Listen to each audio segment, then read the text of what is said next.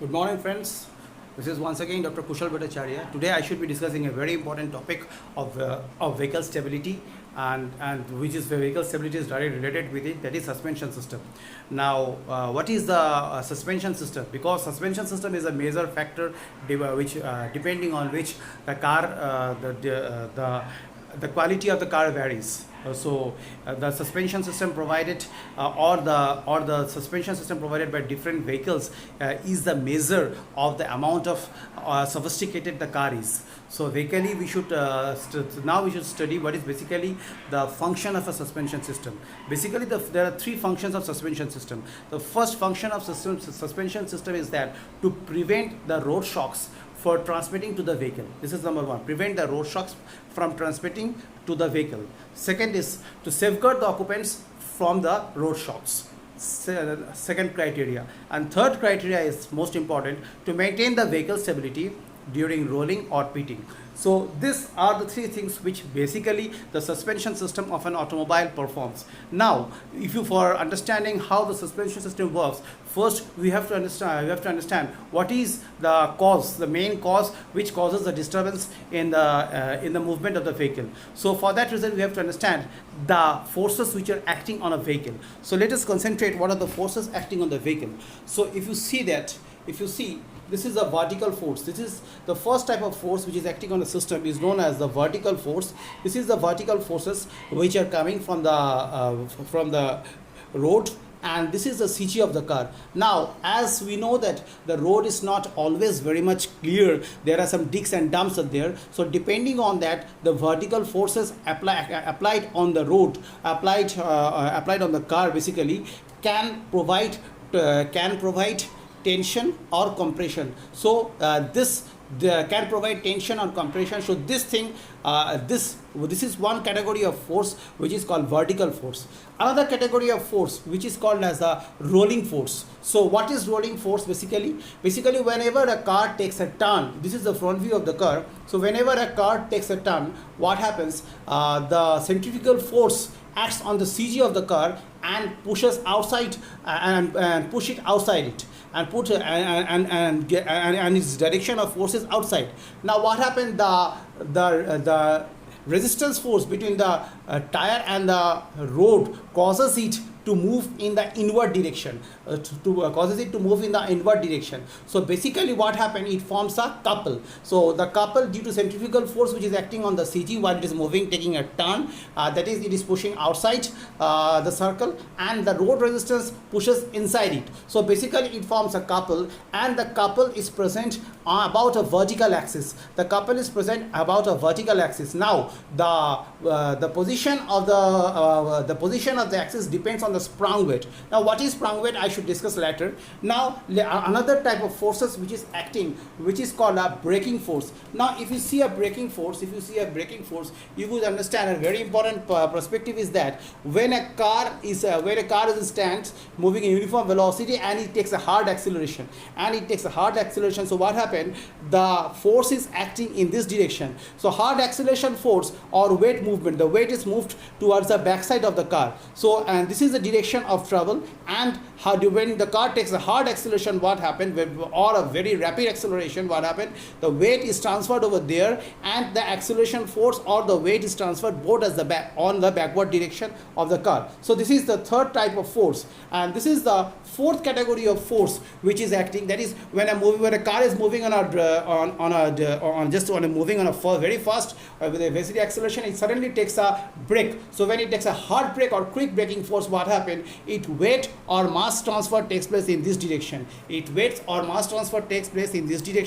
And it happens in the when it takes a quick acceleration, it takes in the backward direction, and when it takes and it linked the forward of the car is moved upward, and this is the resistance. This is actually the resistance caused by the tire, which is damped by the suspension system, which I should be discussing. And This is the type takes place when braking action takes place. That is when a hard brake, that is not a normal brake, when a very hard brake, sometimes certain things comes in front of the car, and when the car is moving in a very rapid speed, when a hard brake or quick brake action takes place. So this is the weight transferred. In this direction the weight transferred. Now this is basically the forces which are acting on a car. Now another thing is that the sprung weight, which I should be discussing now.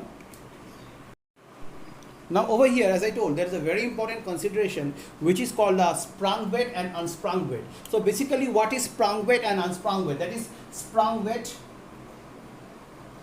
Sprung weight, if you see this is basically the sprung weight. This is the sprung weight and the unsprung weight. Now, what is this sprung weight and unsprung weight? So, unsprung weight is that basically, if you see that the basic system of a sprung weight is that between the suspension system and the road surface, between the weight of the four-wheeler, between the suspension system. Suppose if the suspension system lies over there, the suspension system not over the CG, if the suspension system lies over there, if a suspension system, if you see that, if a suspension system lies over there, so the weight between the suspension system and the road surface, every component is called as the unsprung weight. Now, what is unsprung? What are the components? It components the tires. The tires are there. The brake assembly is there. The front axle is there. The rear axle is there. The differential is there. The propeller shaft is there. If it is a rear wheel drive, so everything which lies between the suspension system and the road surface is called as the unsprung weight.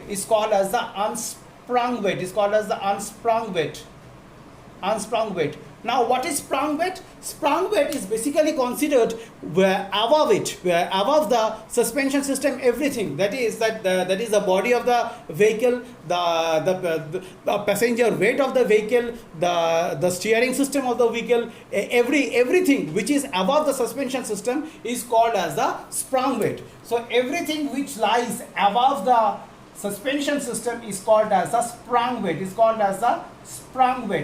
So it could be the number of occupants. It could be the number of occupants. So everything which lies above the weight of the vehicle is called the sprung weight. So everywhere the passengers, everything as I discussed, everything comes under the fall of the sprung weight. Now basically, according to the design is that if the unsprung weight is more, what happens basically when a tire hits a dig or dump, the vibration was stored by the unsprung weight and it is transferred to the sprung weight. So what happens, if the unsprung weight of the vehicle is much more than the sprung weight, so what happens, more amount of energy is absorbed by the unsprung components and it is transferred to the sprung components. So it is the basic design criteria of the vehicle is to keep the unsprung weight as low as possible.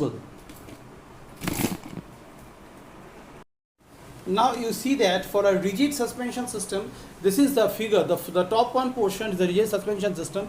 This is the car, this is the front axle, and this is the spring. So now what happened when it is moving in this rigid or dependent suspension system, what happened, the movement of these two tires are linked rigidly. So what happened, whenever a dig or dump appears on the road, so what happened, the total vehicle is tilt. So this is not considered a very good suspension design. So because once if a vehicle comes, if some dig or dump appears on the right side, everybody of the vehicle or the total vehicle moves up and down. So this is an example shown in that manner. Now if you go for an independent suspension system, you could see that independent suspension system, so the car and the two suspension systems are different.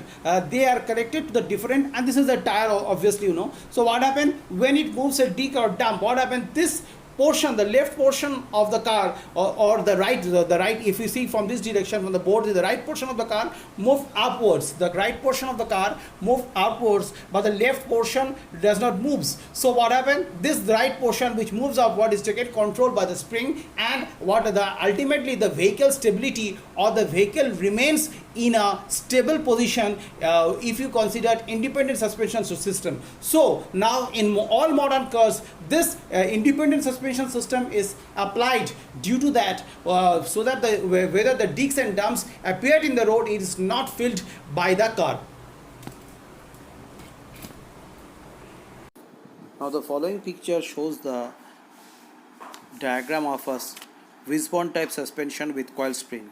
The use of coil spring in the front suspension of a car is now almost universal. It consists of upper and lower wishbone, as shown, is pivoted to the frame member. The spring is placed in between the lower wishbone and the underside of the cross member. The vehicle weight is transmitted from the body and the cross-section member to the coil spring, through which it goes to the lower wishbone member. A shock absorber is placed inside the coil spring and is attached to the cross member and to the lower wishbone member.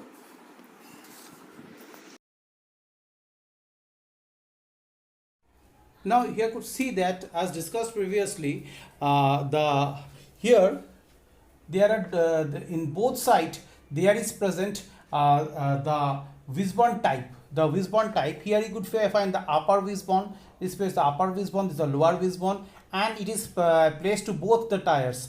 That is in both tire, that is there is independent suspension system, there is no connection is there, so that even the wheel moves up, as I've explained before, even if the wheel moves up, the total force has been taken by the shock absorber and the spring. This is a spring and this is a shock absorber, so the total force has been taken by the spring and the shock absorber, so that the force is not transmitted to the left side. Similarly, if left side, if a dig or dump comes, it take care the shock absorber and the spring and the shock absorber take care, so that it's not transferred to the right side. So this is the great advantage of the upper wishbone type. Now the one more thing is that the engineers have considered that even the design of separate factors, even for designing separate factors, they find that the wishbone, basically the wishbone of a chicken or the V shape of a chicken, is very useful. Why?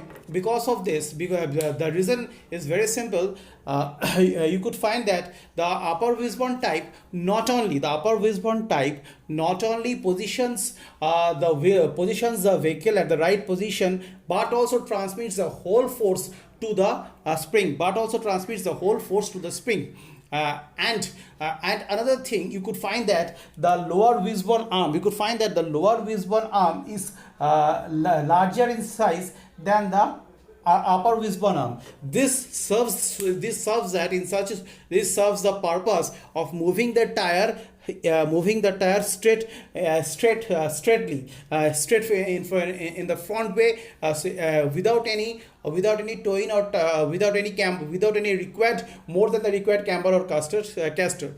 More than the required camber or caster. So this is another purpose of the upper wishbone type. And this is found most effectively, and this causes as the wheel moves straight ahead position. So what happens? Less amount of tire wear takes place, reduces the tire wear takes place in upper wishbone, in the wishbone type suspension system rather than other suspension system. But there is only one problem, is that when the suppose you see that this is the arrangement, so this is the normal condition. So when a bump comes, what happens? This is shifted. As this is shifted, the green color indicates the shift of the tire and the wishbone. So as it shifted, what happens? There is a change in the camber angle. So there is a change in the camber angle, and this is one of the drawback of this wishbone type suspension system.